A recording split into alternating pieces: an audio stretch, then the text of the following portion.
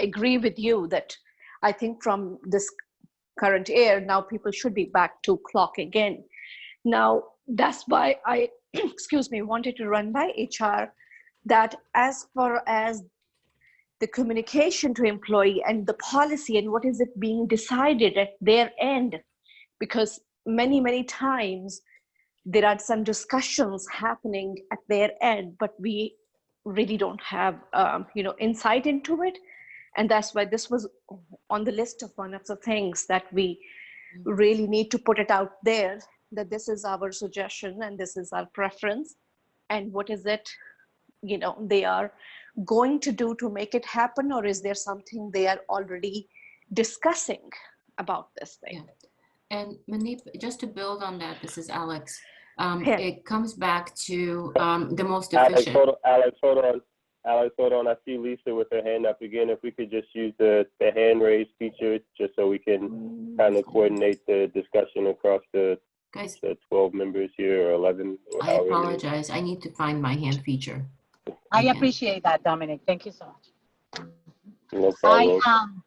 Mandy, thank you for bringing that up. And Dominic and Robert, this is exactly why during our first meeting, I said that, like, I just want to make sure that we are, and I know you guys are, that we know what HR is doing. HR knows what finance, what kind of discussions are happening here. I actually sent that same question that Mandy just brought up to the HR group about clocking in. How is that going to happen? And if there's any, like, because I know that that's a system, that's a platform, I mean, time clock, how like that impacts any type of like budget or account, and because we need to go back to clocking in.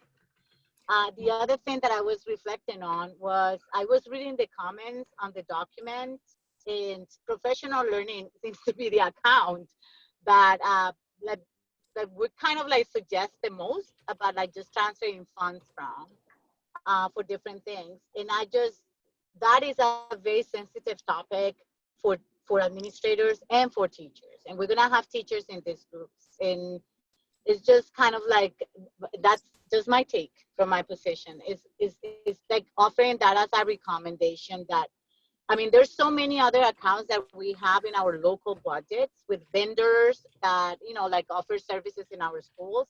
And I can think about a couple, well, maybe two, that I can easily just, that vendor may not be supporting what we need to do right now. And that I would just go to that particular account to get any type of like funding for things like PPE or things that we're gonna decide that we're gonna have to spend money on. But I just wanted to say that because now that we're having teachers as part of these conversations, those things are gonna come up too.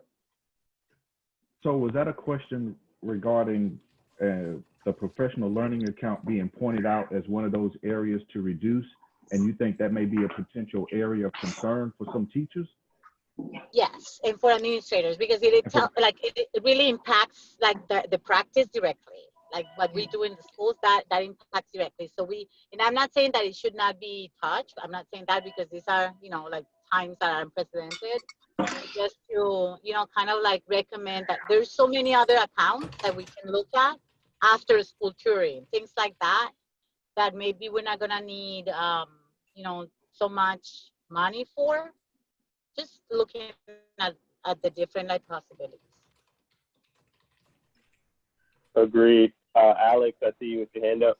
Yeah, and just on that point, it's the suggestions within L&D are really related to central offices. The standards for what the L&D, if any, would have been, to meet the requirements for what teachers need.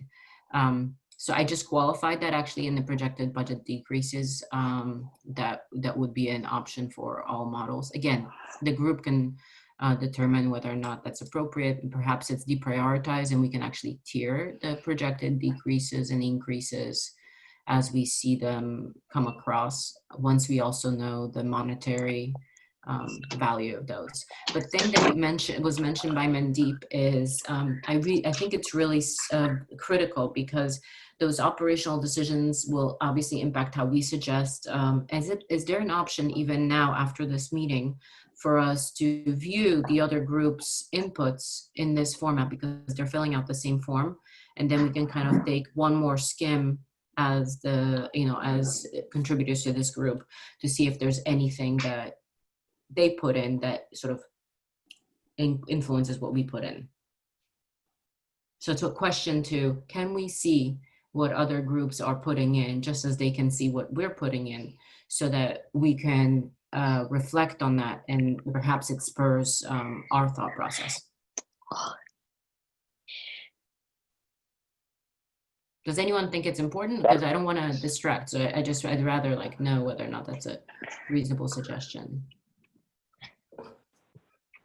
Okay. So from my standpoint, yes, we need to know what the other. So Dr. Mazingo put in the chat, yes, there is a plan for cross articulation to occur. Yes. So I believe that actually is going to start next week. Dr. Mazingo, are you still Yes, on? I think, yes, thank you so much, Dominic. Yes, there will be dedicated time for the different teams to come together and identify some issues, some concerns and areas that overlap. We know we were trying to get the groups started this week and next week and then begin to plan. So absolutely, yes, because a lot of the other groups have said, oh, we need to get the finance and know about budgetary implications. Or other groups have said, oh, we actually have some communication areas where we need support from that team. So yes, absolutely, there will be a time for that. And then Paret, I think I saw you with your hand up. But don't worry about it. I think I kind of answered my own question when I thought about it. Okay. Mm-hmm. All right, Robert, you want to take it Yeah. back over, and I'll move the screen up and down so we can go through the brain dump real quick. Yeah, well, I think just in terms of, Dominic, do you have the video e-guidance thing, the pages 37 through 39? Because I think those were the questions. Hold on one. Yeah. Let me pull that up, and then I'll go back to sharing my screen. Yeah, because I think as I was going through, like some of the essential questions for budget and finance, they have a section like do first, immediately prior to opening. And I think as I read through, like the third bullet point they have as far as do first is, have we considered available budget balancing strategies? So that to me kind of lends to that question, particularly when it relates to accounts and programs, and which accounts are open for reclassification, which programs are potential available for reallocation, so that we at some point can get to a point to where we are quantifying what's available to all the various teams that are out there. So again, and as Lisa pointed out, one of the things we pointed to was professional development. But then I'm thinking that from a transportation perspective, there's quite a few dollars available in transportation that potentially are available for reclassification. So are there, I guess in my mind, are there programs and other accounts that as a team you guys are aware of that we could, start to try to create a list of accounts and programs so that we could start to put numbers behind some of these things, because we're eventually going to have to get to a point to where we're quantifying what's available for the various teams. So I just throw that out as a— So Robert, not to cut across you, but in the workbook, you'll see a section that says projected decreases and projected increases. And that's kind of where the team has started to fill in some of the areas that we could decrease or increase based on the models that we go with. And I'll pull it up on my shared screen for everybody to see. So in this section here, you'll see, and again, the idea was for any area that we thought needed an increase to have two areas that could be decreased.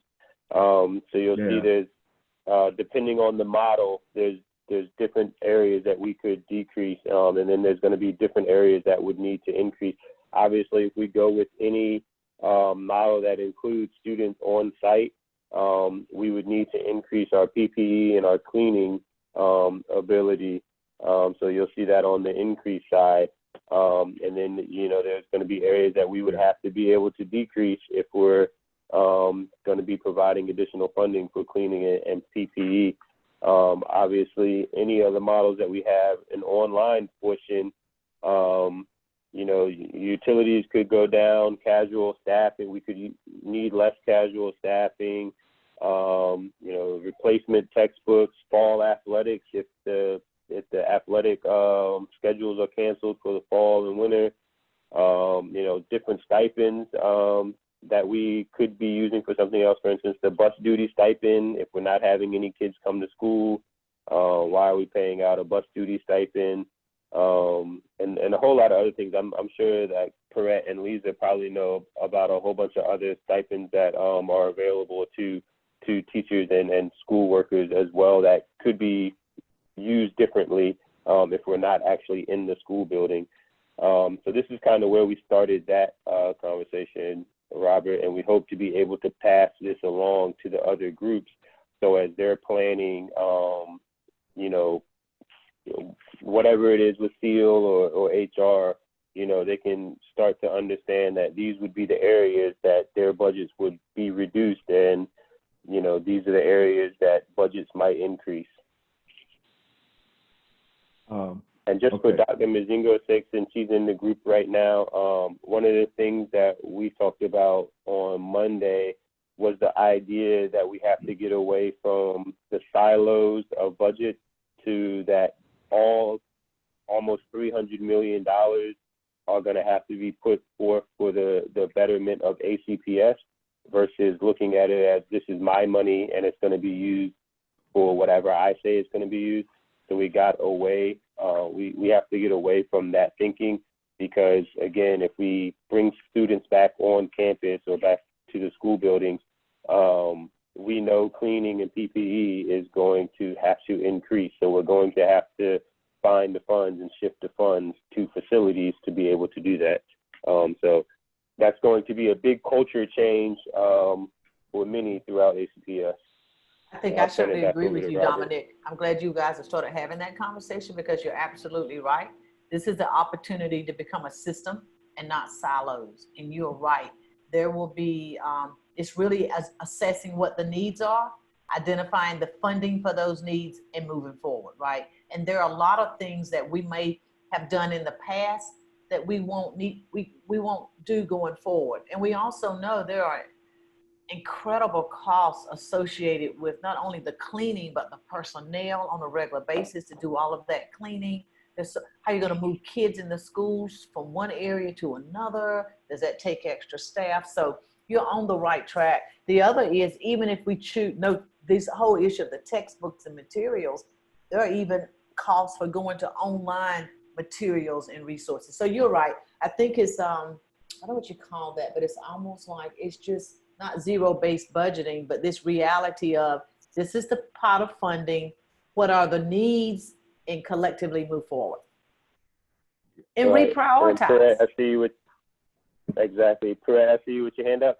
Yes, I just wanted to speak to the stipend. So, and Lisa can speak to elementary. So at the secondary level, we get an allocation for department chairs and team leaders. And then we also get an allocation for like Science Fair and National History Day. I think possibly looking at a way to reduce that funding by a percentage, because asking all of the different principals how we use it, I feel like would open up a can of worms to ask for a whole bunch of information that you don't want. I think maybe just looking at across the board, what do you need to reduce it by? And then let the principals kind of decide based on that number how they want to use it. Might be helpful. Because we all use our stipends for different things. Just as a suggestion. I think that's an excellent suggestion, Perrette, because if you ask them, we'll get into a lot of variance, basically. Right. But you're right. I remember a while back, Dominic, we looked at the stipends, and it's a tremendous amount of funding there. And those roles won't be utilized in the same way. Some are even redesigned, creating new job descriptions, right? And I have some I won't even use next year if we're virtual. So that's right. Just a question on stipends here. This is Alex. Would there be a new potentially a new category of stipends that's simply created because of the model itself? That could be some, that could, it could, that's the thing of, it could. Mm-hmm. You might would have to create, because if you're no longer providing stipends, I'm make this up for the National Science Fair, or I'm making up department chairs or Right. whatever, it may have to result in some minor changes for sure. Right. I think there are implications. Or So I after think- attention, different things. Yeah. Mhm. Right. So I think we would want to not try to build the plane as we're flying it with the stipend. Right. So like if we're going to reduce the stipends to be able to provide additional resources in cleaning or technology or whatever it may be, to not then try to redefine additional stipends or create additional stipends in that model, because then we're taking with one hand and giving back with the other. So I think that obviously if we stayed in the online version of schooling for more than 1 year, then we'd want to say, okay, we're going to just redo all of our stipends and we're going to have stipends for something different. But I think in Good idea. we're doing this for a semester or for 1 year. I think to create new ones would just put us back in the same arena of, That's a good we're idea. looking for additional money now. Mhm. I see Mandeep with her hand up. Well, I think Lisa's hand was up first. Thank you. Yes, Can't see yes, yes, everybody.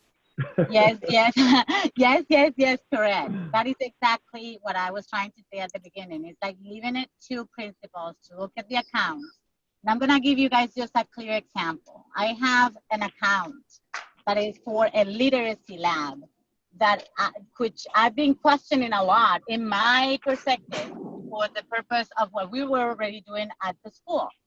That was a lot of money, lots of $1,000s. I know that that's the account that I'm looking at for any potential transfer, because I was already thinking about doing something with that account. If we leave it to principals to do that, we're gonna take a hard look at our budget and prioritize. And that's, I think Alex was the one who brought it up during the last meeting, prioritizing, just coming from that perspective and with that purpose. Thank you.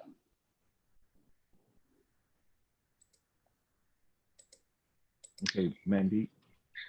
Yes, I had a quick question under projected decreases for model 2 and 3 for substitutes. And maybe this is, a little bit about could be lack of understanding how things work at the school level, but maybe for Lisa and Perret, that even in the case of hybrid model or complete online learning, we would still need substitutes if someone were to call in sick or in any such situations. Is that not the case?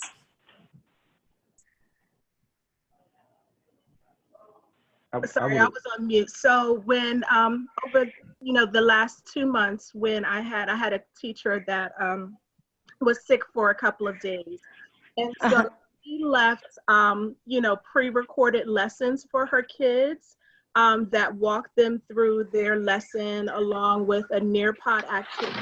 So if it's a planned absence, a teacher could essentially record their lesson and post it along with the activity for a student to do, and they would not require a substitute. Now, if it's a long-term, a teacher is out on maternity leave or something like that, then absolutely, I think they probably would need a substitute. But if it's a planned absence, the teacher knows she's going to be out for a day or two, I don't necessarily believe that a substitute would be required for that. Thank you for explaining that, Pira. It helps. Jackie had her hand Okay, I raised. saw Jackie next, and then Lisa.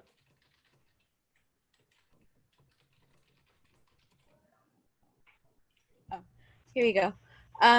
So I just wanted to follow up a little bit on the literacy lab. I'm not quite sure if we have some kind of a contract with them or an agreement with them that we have signed that's multi-year. If I recall correctly, I think we sign it every summer. But that if under model 2 and 3, you know, there's no way that we're going to have extra people in the building. These are AmeriCorps volunteers. So if that money is just sitting there, then it's definitely up for grabs for shifting elsewhere. But I just wanted to make sure that we knew that, you know, if there was a contract or an agreement that we had signed multi-year that ties us to them somewhat. Thank you, Jackie. It's not multi-year, it's every year. And I just had that conversation with them before the end of the school year. It's not multi-year. And it's not in my case. I assume that it's not for any school, at least in my case. The second thing is the substitute account that Mandy just inquired about. We have, I have it in my school, but I also know that the Office of Specialized Instruction and Special Education, they also have a substitute account that we also use for when we have child study meetings. These are the meetings for identification purposes. So those are accounts that are allocated for substitutes, that if we go either hybrid or virtual, I mean, those accounts are there for, you know, like just allocation purposes. Well, Right. So I'll just say for reference sakes, for this year, when we look from March 13th through the end of the school year, the use of substitutes was way down. So just for the framework going into next year, if we were to do a hybrid or online, you know, the expectation would be that the use of substitutes would be below where it's normally at. Again, like Perrette said, if a teacher is going to have a scheduled out, they can do the pre-recorded lessons for their students and so forth. Obviously, long-term subs are a little different than having a sub here and there. But yeah, I think the substitute account at the central office and the HR division-wide, which is like 2.6 million, and the substitute accounts, which are in each individual school, could see a decrease if we go to an online or a hybrid model. I think that's going to be an area that is probably prime for moving funds to support technology or cleaning or so forth. I do want to kind of move us along to the key decision points. Hopefully, you know, everybody is kind of in that mind frame of what we need to know and what we need others to know, depending on the model, to be successful, so we can start to kind of fill in some more of that information. I know we've already started on Monday, and others have added information since Monday.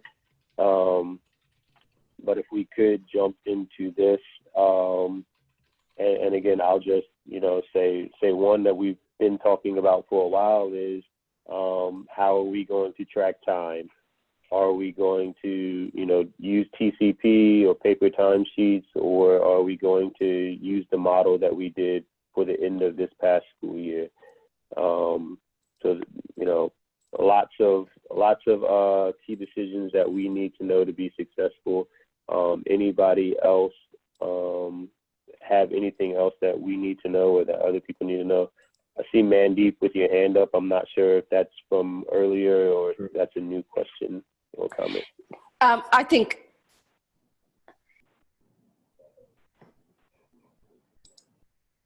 Okay.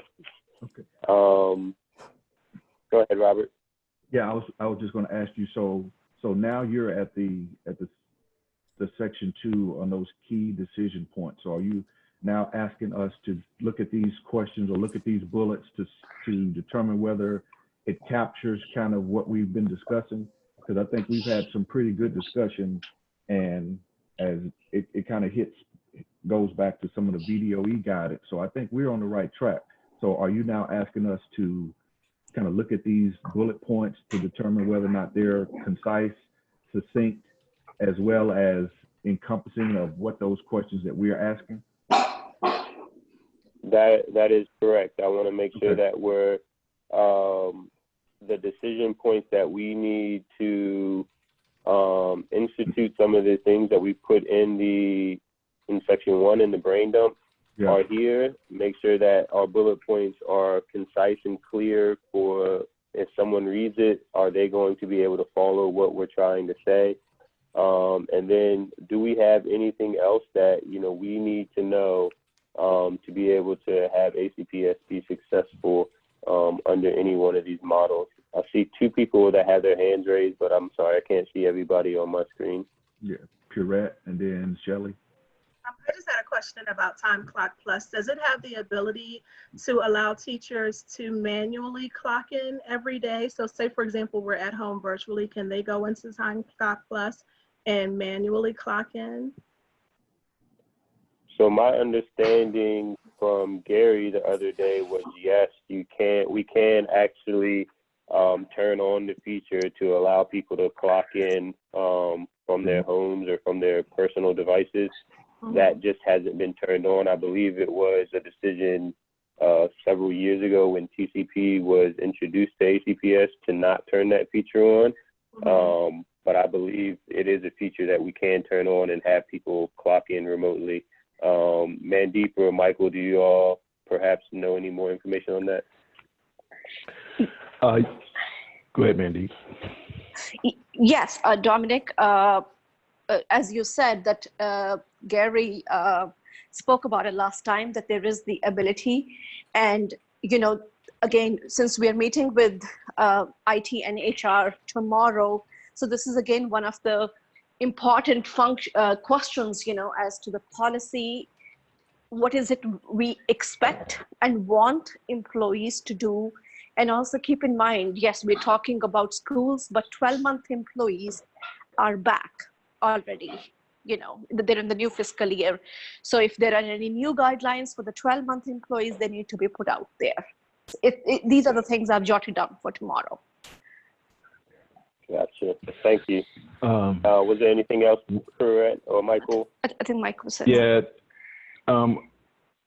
In regards to this clocking in and out from home, keep in mind the majority of our staff are contract, so a lot of them just clock in. They're auto clocking out unless you're talking about support staff.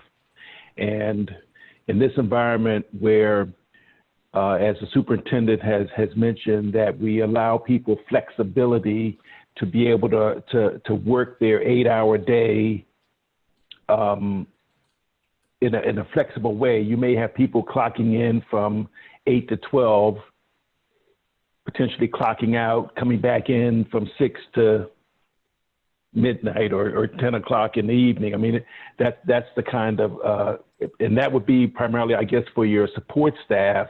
Once the exempt staff clock in, they're going to automatically clock out, whether they're working that full period of time or a staggered period of time. But in that environment, for the support staff, clocking in, clocking out, that would be part of the process, I guess, for them to have to do if they're working a flexible, a staggered day, I guess, is what I'm trying to say.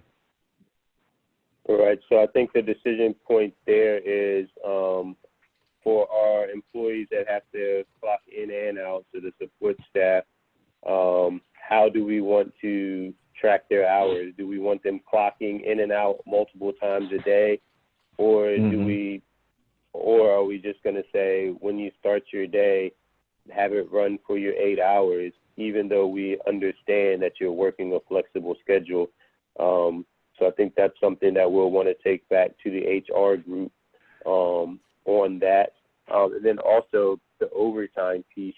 There needs to be a discussion on overtime. I know one of the projected decreases could be overtime. For those that don't know, our group that spends the most money on overtime is our transportation office. So obviously, if we move to an all-online model, that's potentially close to $1 million in overtime that could be allocated across ACPS. I think it's Shelley. I see your hand up. Hi, everyone. I ended up updating this section 2 with additional questions. I don't want to leave people, so I don't want to misinterpret what I was supposed to do. So I just wanted to make sure that what I had was appropriate. Otherwise, you can just delete it. I updated the first row and then part of the budget row as well. So my thinking was that, sorry, go ahead. Which section were you talking about? Were you talking The about very this first section row, the blank or? one. Oh, you're in the correct section. The questions, for Okay. instance, the first row, will we permit HCBS employees to physically visit the office? It's the other page down. You're on the correct one, Dominic. Yeah. Oh, this That's where one the right here? questions are. No, the way you have the bit departmental lower. on the left, you have projection, procurement, payroll, budget. The next Yeah, page the down. next page. Yeah, he's got a delay. Oh, okay. Sorry. Is this the section right here? You see We're procurement- seeing projected budget decrease. Is that what page you're on? Well, let me see if it changes. So you're talking about the section that says payroll, procurement, technology on the far left side of the Yes, screen? yes. Yeah. Okay. Hopefully it'll reconnect and you'll see it in a second. 'Cause that's where I am on my screen. Yeah, there we go. There we go. So just above payroll, Yeah, so scroll up there. I added some questions in the budget and then also in the blank row, the very top one. Oh, that's you Yeah, typing. it's That's, still reconnecting. yeah.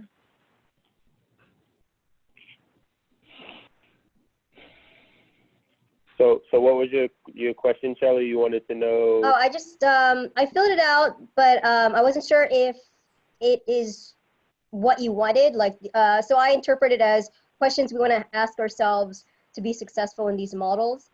So for instance, if you look at the budget for Model 2, I added the last two bullets. Are there going to be restrictions on how schools and departments spend their budget? What is expectations? And also the impact for the budget development for the following fiscal year. So now, are those questions? Yes, Go ahead. So yes, I think those are key decision points. Do we want to have like gateways for spending, right? Through the first quarter, you're only allowed to spend 25% of your budget. Through the second quarter, 50% or some other percentage. So I think that is something that we will want to determine. And that does kind of go back to the VDOE guidance on that. Should we set different type of constraints around people's budgets? I know some people tend to spend most of their budget in their first semester, and then some people wait to the fourth quarter to spend a large chunk of their budget. But in this environment, do we want to kind of change that to,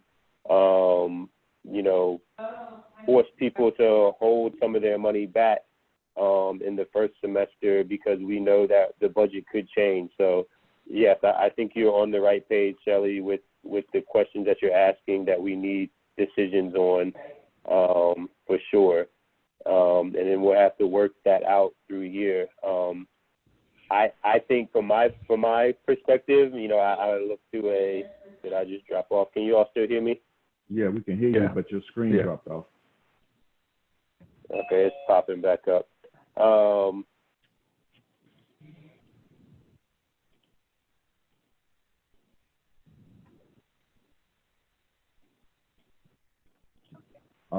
Just real quick, I think that question about the clocking in, the TCP question, kind of, it runs across the board. So Shelley, where you have it under traditional, I think that question pertains, for all three scenarios, because that's going to be a challenge. Sorry, which one are you referring to? I didn't update any Model 1 items. Oh, I'm talking about the clocking in question under traditional. And Dominic, are you sharing your screen again? There we go.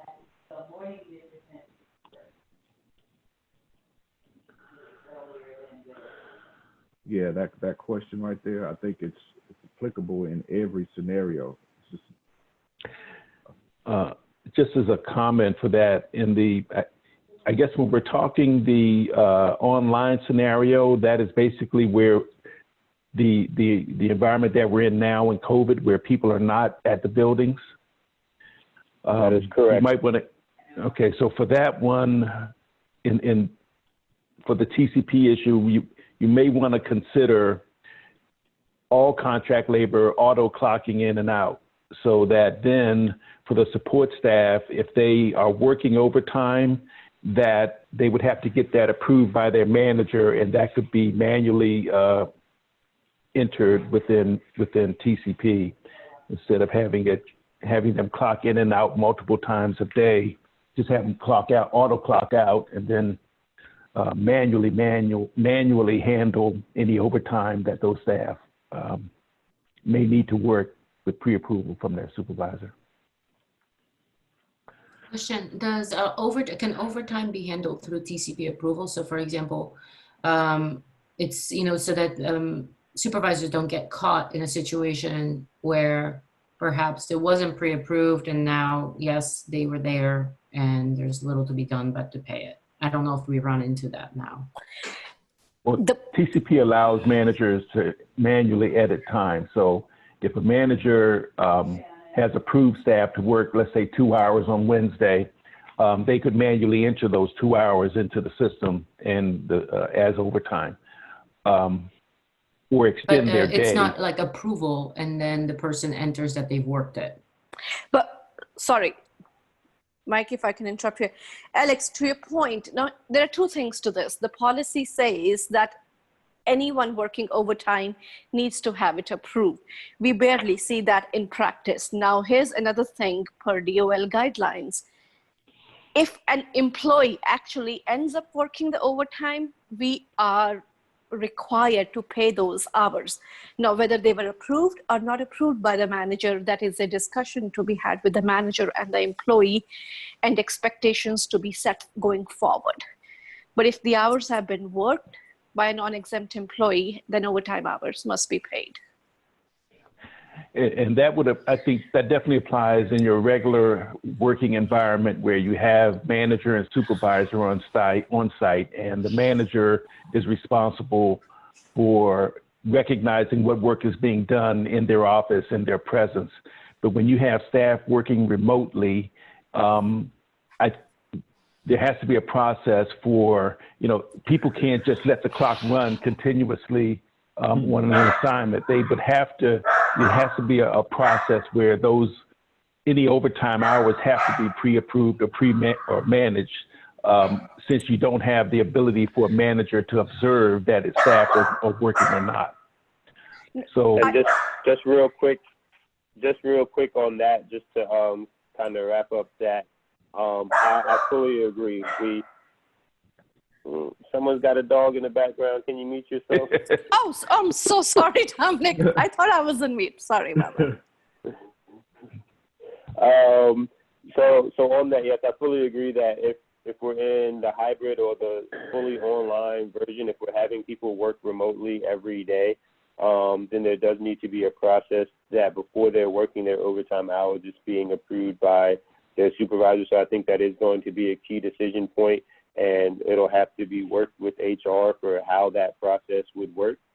Because if not, we will definitely run into a situation where people will just allow the clock to keep running, and then the overtime pay will end up running through the roof, and all the money that we thought we were going to be able to use on cleaning or technology would have been burnt up on people just allowing their clock to run. So I've got that down as a key decision point that will have to be worked out with the larger group as a whole. I think I'm hearing from Mandeep and Mike that we want to ensure that supervisors are approving the overtime time before it's just getting paid out.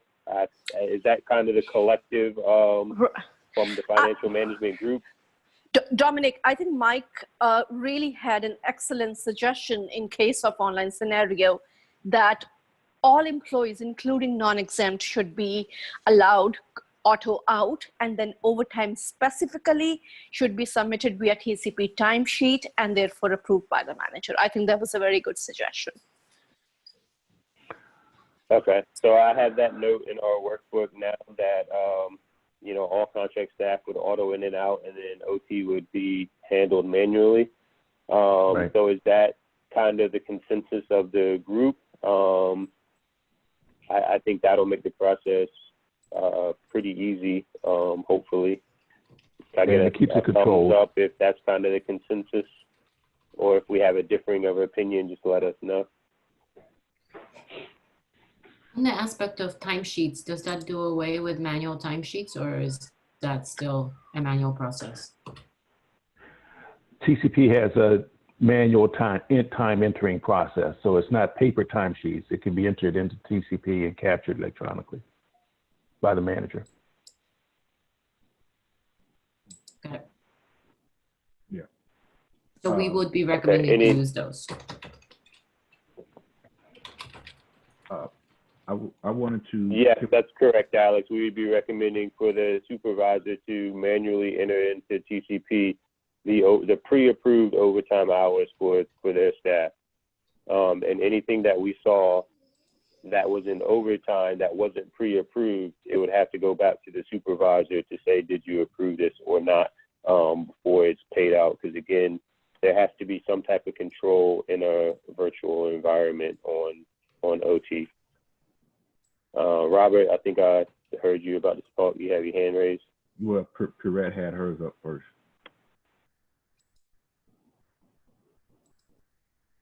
I had it raised from before. Oh, okay. All right. So my question kind of steers away from the payroll side and the timekeeping and more to the, and I guess this is a procurement question for, when we say what services need to continue, discontinue, I think this kind of goes along the lines of what contracted services or what other obligations do we have that are under contract that may or may not or could be modified. And I'm just thinking like we have like maintenance contracts on our buildings, on our equipment. So if we're offline, are we still under contract to pay, you know, like the HVAC contract, for example? I don't know if we have utility contracts, but just in terms of agreements and contracts, those are what I think what we need to be, or at least have discussions surrounding what needs to continue and what doesn't. And then I agree with. I was just gonna say I agree with you there, Robert. There's definitely some larger contracts that I definitely want to have our procurement team, Deanna and Melanie, Angela, Lander, and the team take a look at based on whatever model, whatever model we go into that we might be able to renegotiate or alter. You know, the one that always comes to my mind is the copier contract, because that's $1 million contract. And if we're not on site, you know, is there a way to renegotiate that copier contract so we don't have, you know, 5 copiers in our schools that we're not even using? Like they can come pick their Xerox machines back up and so forth. I know for a fact that we wouldn't be going over our copier contract. For those that don't know, the copier contract is about $1 million. It allows us so many black and white and color copies a year. Every year without fail, we tend to go over the allocation that we have, and it ends up costing us about an extra $100,000. So, I mean, that's one thing that we wouldn't have to worry about if we're all online. But I know that there's other contracts out. Like my thought is we want to tackle the larger contracts first, Deanna and Melanie, to look at those to see, okay, here are all of our contracts that are $250,000 or more. Is there any way that we can alter those for the services based on whatever model we go under? So Melanie said those were some of the points she included in the section related to contract modification and necessary termination. So yeah, that's definitely something that we're going to want to put out to the larger group for them to start to think about what contracts they want to reduce under model 2 and 3. So great point, Robert. I'll turn it back over to you. No, that's it. We captured it.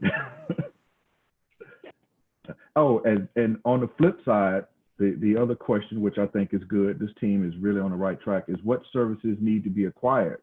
So thinking proactively for this team as well as to the other teams is to start thinking prior to something happening, like what should we be looking at? And this may lead into more of the technology side as we move to the virtual model. Are there other contractual services or other services that we may need to acquire ahead of the curve so that we're not caught, having to go with the last or the most expensive version because we didn't think ahead of time? All right, Alex, I see you with your hand up. To your point, Robert, that's definitely something we want to do. I know Dr. Hart is on that as far as when it comes to the facility cleaning and PPE supplies. Yeah, we got to get our logistics down to be able to order that and receive it in time for sure. Go ahead, Alex.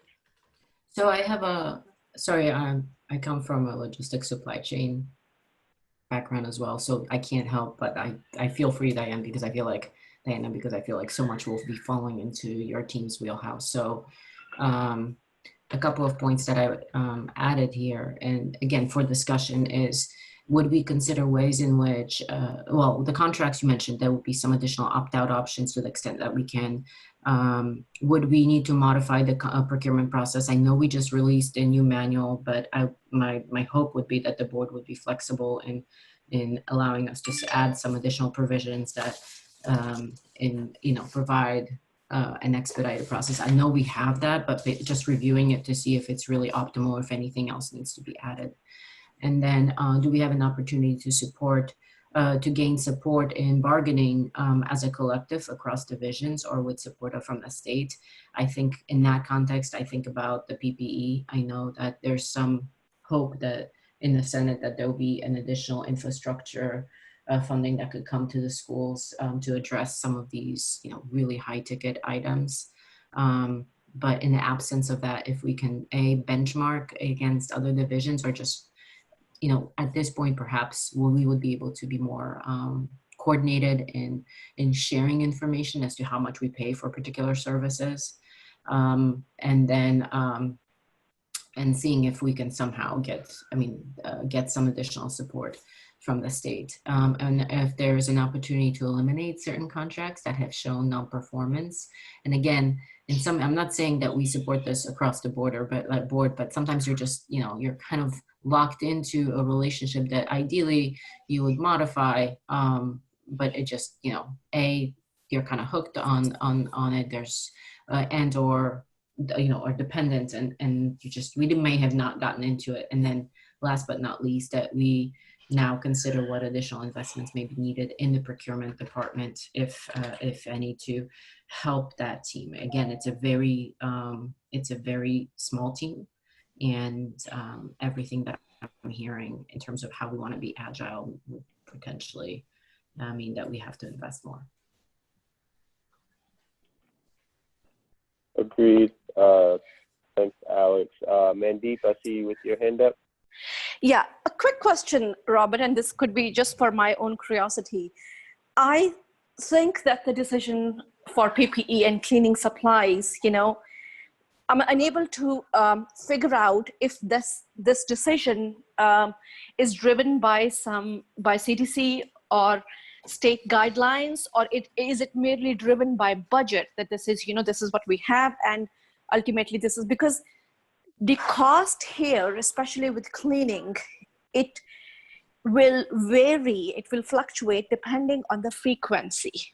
Like, I'm just sharing as a parent that FCPA shared in their town hall that they will just be cleaning classrooms at the end of the day. There's no cleaning between classes, there's no cleaning during the day or any such thing. So that is a decision factor, and that is so I'm just trying to understand that what drives this decision. Does the budget drive this decision, or are there specific guidelines which we are trying to meet? Because when we put this plan out there, this will be an important question from the parent community. Yeah, so so that goes into Dr. Alicia Hart's group and what they're working on in the safety and cleaning cross-functional group. So we are being guided by CDC recommendations and then the Virginia Department of Health guidelines, as well as what the Virginia Department of Education are putting out as far as, you know, how often things need to be cleaned, as space between students, PPE requirements, and so forth. So it's not being driven by dollars, although we know that dollars are finite. So, you know, those links in the research section of the workbook, they kind of provide us the answers to some of your questions there, Mandeep.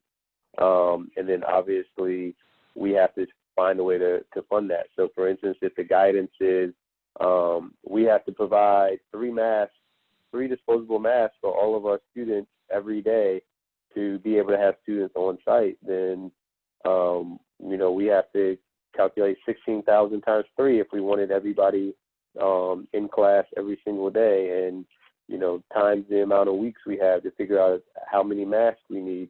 And if it becomes, the budget part of it would be, okay, if it says we need 1.5 million masks to get us through a quarter, can we afford 1.5 million masks to get us through a quarter? If the answer is no, then that's going to force our hand into doing an all online version. So this kind of goes back to what I was talking about on Monday, where our constraints are going to determine the model that we go with. If our constraints for the amount of students in our buildings is 8,400 students can get in our buildings a day, then we know that we can't go with the traditional model because we have 16,000 students. The constraints are we can only fit 15 students on a bus at a time. Then we know that we're not going to be able to bring but probably about 8,000 students to school each day. So our constraints dictate the model that we're going to be able to go with. So here in our cross-functional group, our constraint that we're telling to the group are dollars. Once they tell us how many masks they need, we'll be able to tell them, okay, here we are going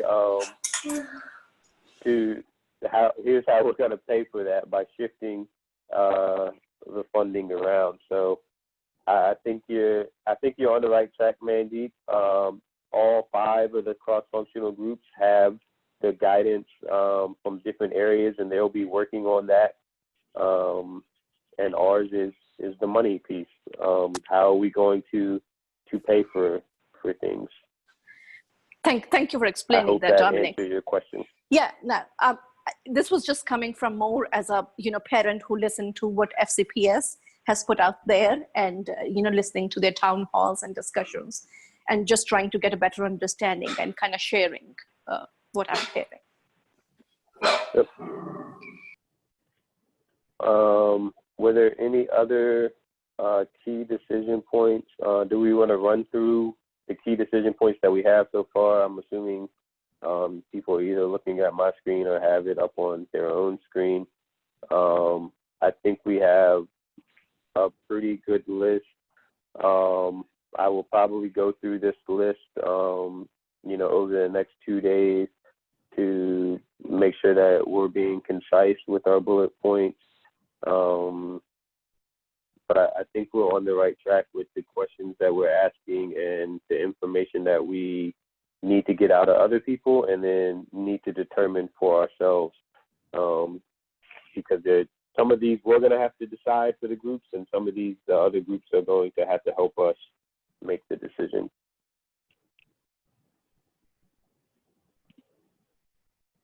Any other questions, comments, next steps?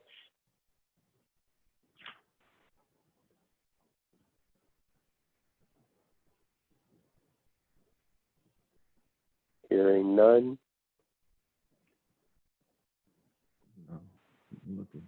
Okay, so then the next steps, as you all heard from Dr. Mazingo while she was in the room, next week we'll start the cross-pollination between the 5 different groups and, you know, transferring information out of our group and into theirs and out of their groups and into ours. So we can start to hopefully be able to answer some of our key decision points and questions, and help them answer some of their key decision points and questions as well. Again, my mind frame is once we have all of our constraints, that's going to tell us the limitations of what we can and cannot do. Would love to hear other people's feedback on that.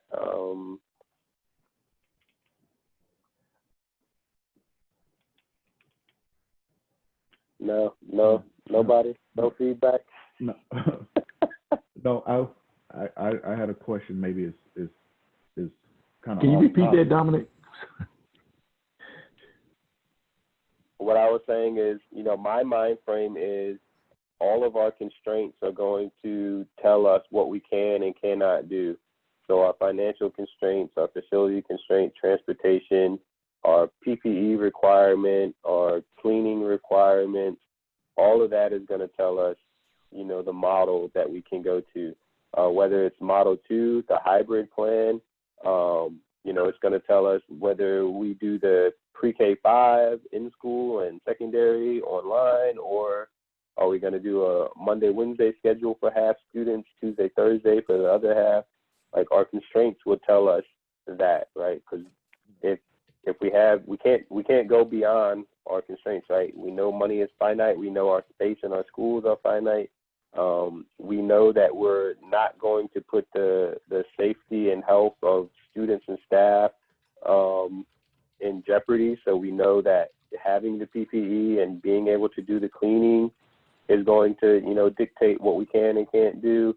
So that's kind of where I am in my mind frame with whatever model we go to. If somebody sees it differently, you know, please, you know, let's discuss. Because again, we're ultimately going to have to provide the superintendent with the best imperfect information for him to make the best decision on the reopening plan. I think once the principals start that discussion about scheduling, we're going to get clearer guidance and clearer directions as to whether we could do Model 2 or not. And so that may kind of help lead us to that decision point of 2 or 3, Model 2 or 3. I have two. Oh, I raised my hand and I'm speaking without being called upon. Sorry, it's Alex.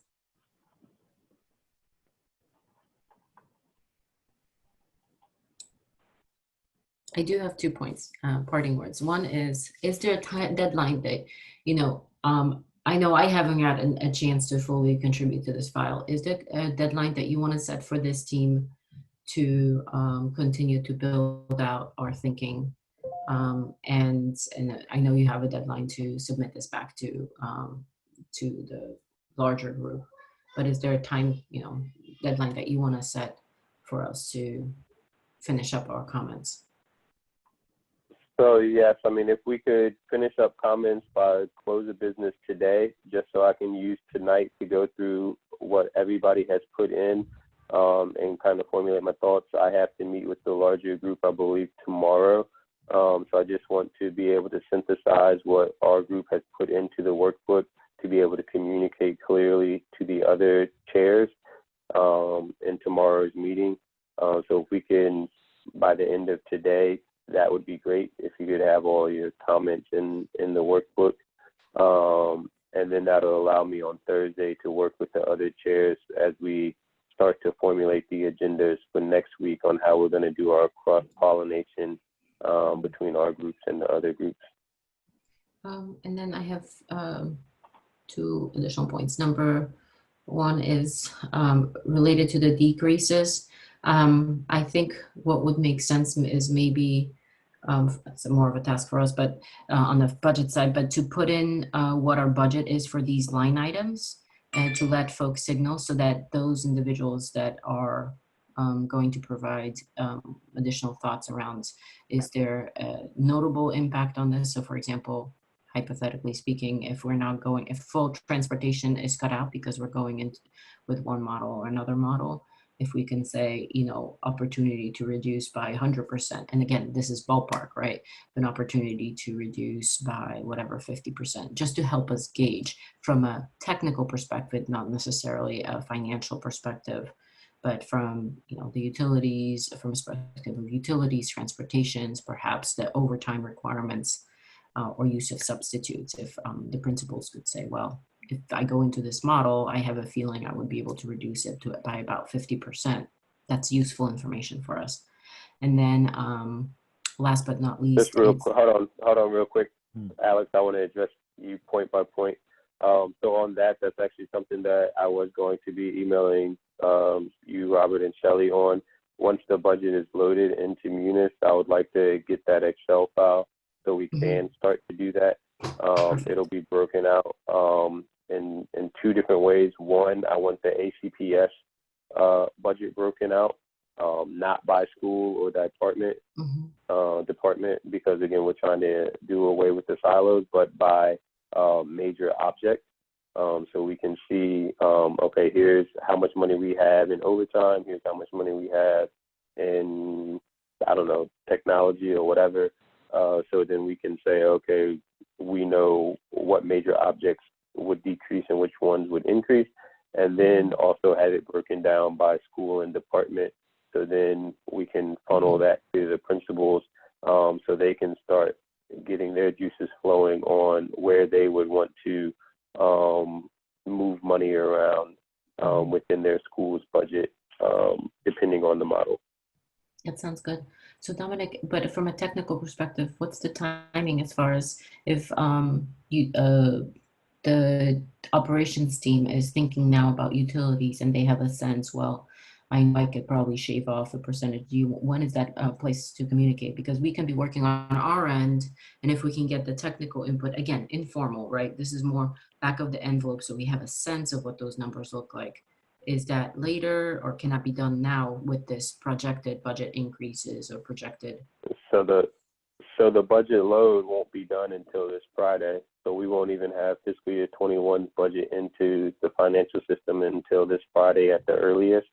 So then my thought is our group can, especially my budget people, Smile, Robert, and Shelley, and Alex, look at how the fourth quarter of 2020 ended, and that can provide us with some guidance on where we could expect to see savings if we go to an all online or a hybrid model, right? Because we know the fourth quarter we should have saw utility decreases because we weren't in our buildings.